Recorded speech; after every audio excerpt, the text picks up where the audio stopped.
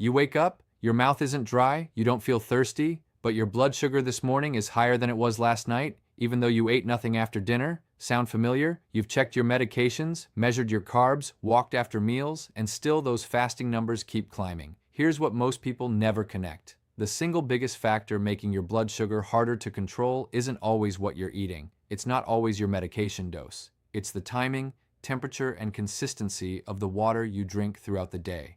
Plain, simple H2O. And one specific hydration mistake, especially after a certain age, quietly undermines your blood sugar control without you ever feeling thirsty. The thumbnail on this video says, "Drink water and control blood sugar." That's not a slogan. It's a biological fact that almost no one explains. Let me start with a story. A man we'll call Robert, 69 years old, type 2 diabetes for 12 years. He did everything by the book, measured his carbs to the gram, walked 30 minutes after dinner, took metformin like clockwork. His morning glucose had always been around 115 to 125. Then suddenly, without changing anything, his fasting numbers climbed to 170, 185, sometimes over 200. Same dinner, chicken, vegetables, a small portion of brown rice, same bedtime routine, same medications. His daughter brought him in, frustrated and scared. When I asked about his fluid intake, he said, "I have coffee when I wake up, maybe a glass of water with my pills at breakfast, another glass at dinner, sometimes iced tea in the afternoon." Total plain water, about 16 ounces. At his weight, he needed roughly 90 ounces daily. He wasn't thirsty, and that's part of the problem. Research shows that after age 65, your thirst mechanism becomes impaired. A 2001 study in Physiology and Behavior by Kenny and Chu found that older adults have a significantly reduced thirst response to dehydration, meaning you can be medically dehydrated without a strong urge to drink.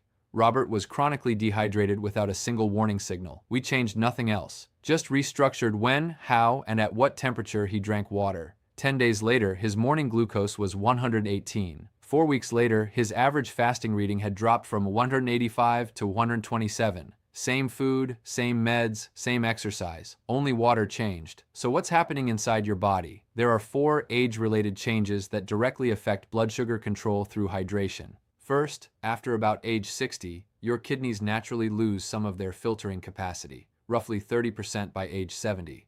They're less effective at removing excess glucose from your blood, and they're also less efficient at concentrating urine, which means you can lose more water than necessary. Second, your cellular water channels, proteins called aquaporins, can become less responsive. Even when you drink water, your cells struggle to pull it inside where it's needed.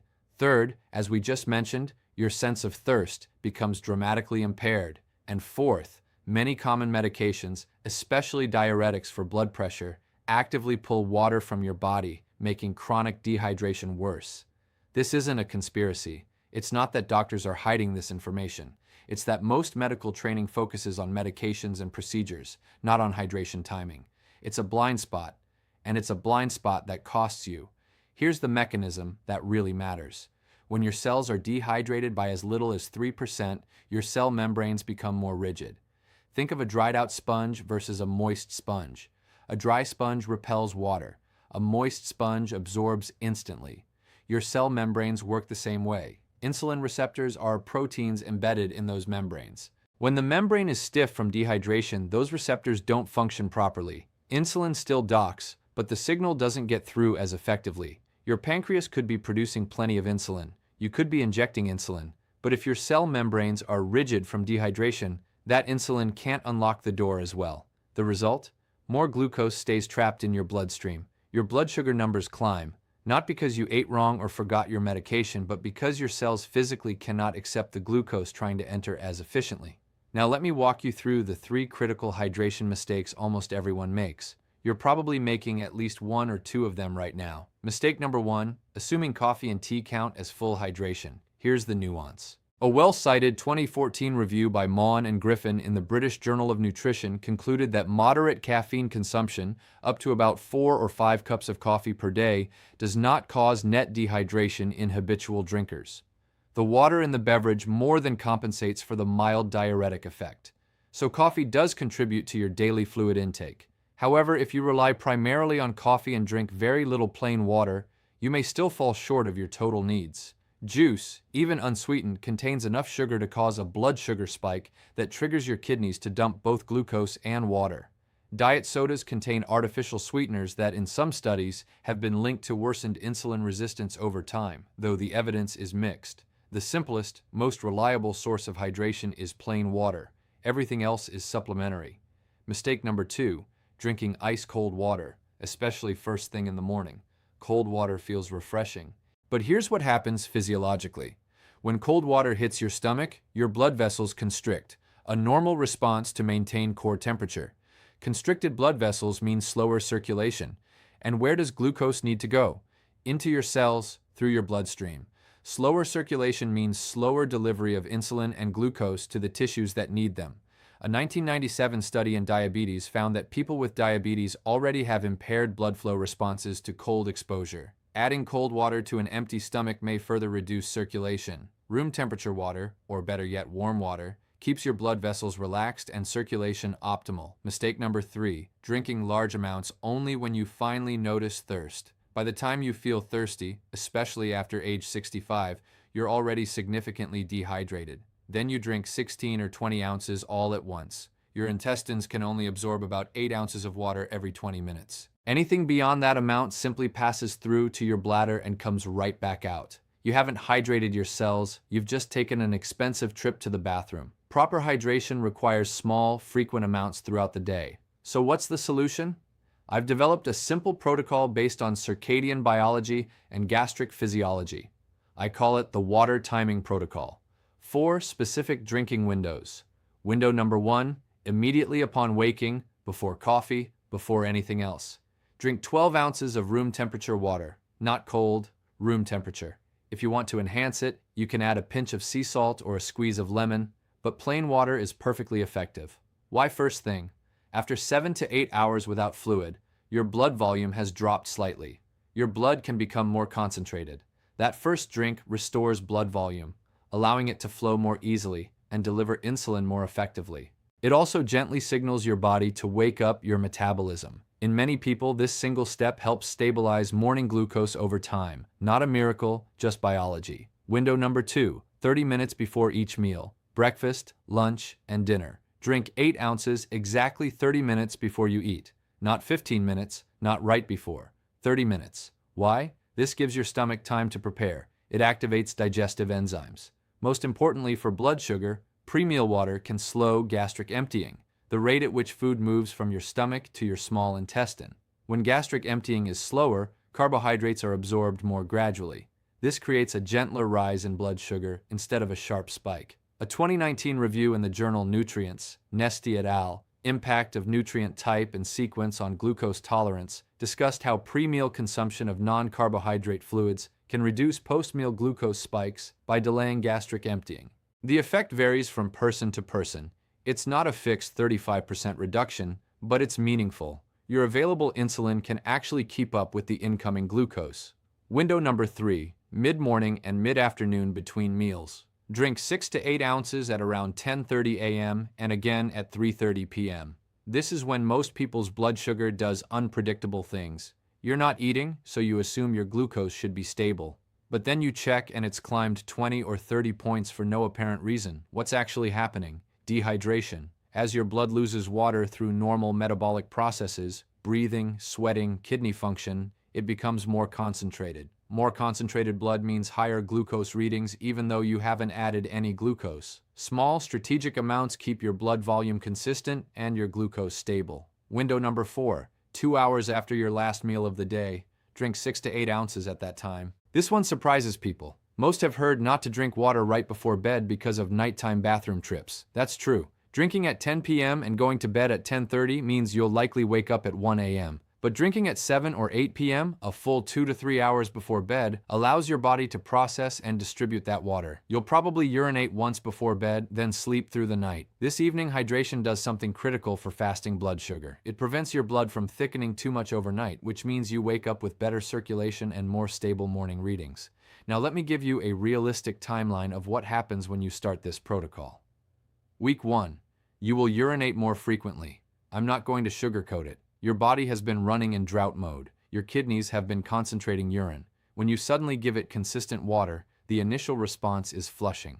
This is normal and temporary. Most people quit by day 3 because the bathroom trips are annoying, but if you push through, something changes. By day 10 to 14, your kidneys adjust. Your bladder learns to hold more comfortably. Your cells begin accepting water more efficiently. The urgency decreases. Week 2, bathroom frequency normalizes. Your blood sugar readings become more consistent, not necessarily lower every time, but less random variation. Week 3, this is where many people have their breakthrough. Morning fasting glucose begins dropping, 10, 15, sometimes 20 points lower than your previous average. Post-meal spikes become more predictable. You start feeling different, less mental fog, less afternoon fatigue. Week 4 and beyond, blood sugar control continues improving. Many people see their A1C drop modestly over 3 to 6 months. Let me be crystal clear. This protocol does not replace your medications. Do not change your medications without your doctor's approval. What it does is optimize your cellular environment so that your medications can work the way they were designed to work. Not less, but better. Let me address some common concerns. Concern 1, I drink coffee first thing. Do I really have to wait? The evidence on caffeine and blood sugar is mixed. Some studies show that caffeine can temporarily raise blood sugar by increasing adrenaline. Other studies show that habitual coffee drinkers develop tolerance. Here's my honest advice. If you can drink your 12 ounces of room temperature water before coffee, that's ideal. It takes 2 minutes. But if you absolutely cannot, don't let perfection be the enemy of good. Even drinking water alongside coffee is better than coffee alone. Concern 2, I have kidney disease or heart failure. Can I do this? This protocol is not for everyone. If you have congestive heart failure, chronic kidney disease stage 3 or worse, or any condition where fluid restriction is prescribed, do not increase your water intake without talking to your cardiologist or nephrologist first. That's why the disclaimer is at the beginning of this video. For those with normal kidney and heart function, this is safe. But if you fall into a higher risk category, get individualized guidance. Concern 3, I don't like the taste of plain water. That's very common. You can add a slice of lemon, cucumber, or a small pinch of sea salt. Avoid flavored drops that contain artificial sweeteners. Some research suggests they may alter gut bacteria, though the evidence isn't definitive. A squeeze of fresh lemon adds a negligible amount of sugar, about half a gram per wedge. That's fine. Concern 4. I already drink a lot of water. Why isn't my blood sugar better? The issue is likely timing, temperature, and consistency. Drinking water all at once, or ice cold, or at random times, those all reduce the metabolic benefit. The protocol isn't just about total volume, it's about strategic windows. Let me share another real case. Linda, age 73, had been managing type 2 diabetes for 16 years. Her A1C had climbed to 8.9 despite 3 oral medications. Her endocrinologist wanted to start insulin. Linda was terrified of needles. Her total daily water intake was about 20 ounces. Her urine was dark amber. Her skin had that papery texture of chronic dehydration. She was skeptical. Water? Really? But she was willing to try anything to avoid insulin. We started the water timing protocol. Week 1 was hard. She felt like she was living in her bathroom. But by day 10, the urgency calmed. By week 2, she slept through the night. Her fasting glucose, which hadn't been below 175 in 6 months, hit 148. Week 3, her average fasting reading was 139. Post-meal numbers, which used to hit 230, rarely exceeded 165. 3 months later, her A1C dropped from 8.9 to 7.7. Her endocrinologist called me and said, I don't know what you changed, but keep doing it, we're holding off on insulin. 6 months later, her A1C was 7.2. The insulin conversation was permanently off the table. Linda said something that stuck with me. I spent 16 years managing my diet, my exercise, my medications, everything except the most fundamental thing my body needs. I was running on empty and expecting my engine to perform perfectly. Now let me give you the exact daily checklist. Morning, feet on the floor, 12 ounces room temperature water. Wait a few minutes, then you can have coffee if you wish. 30 minutes before breakfast, 8 ounces. 30 minutes before lunch, 8 ounces. 10:30 a.m., 6 to 8 ounces. 3:30 p.m., 6 to 8 ounces. 2 hours after dinner, 6 to 8 ounces. Total daily fluid, roughly 70 to 90 ounces for most people. A simple rule of thumb is half your body weight in ounces. If you weigh 180 pounds, aim for 90 ounces. But do not force yourself to drink beyond thirst if you have a medical condition that limits fluids. Listen to your body. One more critical point. If you've been chronically dehydrated for months or years, your body has adjusted to function in drought mode. When you suddenly start drinking more water on a schedule, your initial response is more frequent urination. That's not failure. That's your kidneys relearning how to handle a normal fluid load. Most people quit after 3 days because the bathroom trips are annoying. But if you stick with it, within 10 to 14 days, your kidneys adjust. Your bladder learns to hold more comfortably. Your cells begin accepting more water. The bathroom urgency decreases dramatically while true cellular hydration improves. You're teaching your body to trust that water is consistently available, so it doesn't need to stay in crisis mode. Additionally, drinking water on a precise schedule trains your circadian rhythm. Your body begins anticipating these hydration windows and prepares your metabolism accordingly. This creates more stable blood sugar patterns over time. Now let me be absolutely clear about what this protocol will not do. It will not cure diabetes. It will not replace your medications. It will not allow you to eat unlimited carbohydrates without consequences. What it will do is reduce the severity of blood sugar spikes, lower your average fasting glucose modestly over time, and improve your cell's sensitivity to insulin by keeping your blood volume stable and your circulation optimal. It will also reduce the strain on your kidneys because adequate hydration allows them to filter waste more effectively. A 2018 study published in Nephrology Dialysis Transplantation found an association between chronic dehydration and faster kidney function decline in older adults. Proper hydration is not just about blood sugar, it's about preserving the organs that manage blood sugar. I want to give you a simple 30-day challenge. Right now, before you close this video, open a note on your phone or grab a piece of paper. Write down your average fasting blood sugar from the last 3 mornings. Also, write down how many total ounces of plain water you drank yesterday. Then, starting tomorrow morning, follow the water timing protocol for 30 days. Keep a log of your fasting glucose each morning. Also note how many times you get up to use the bathroom at night. That number should drop after the first week. At day 30, compare your average fasting glucose to day 1.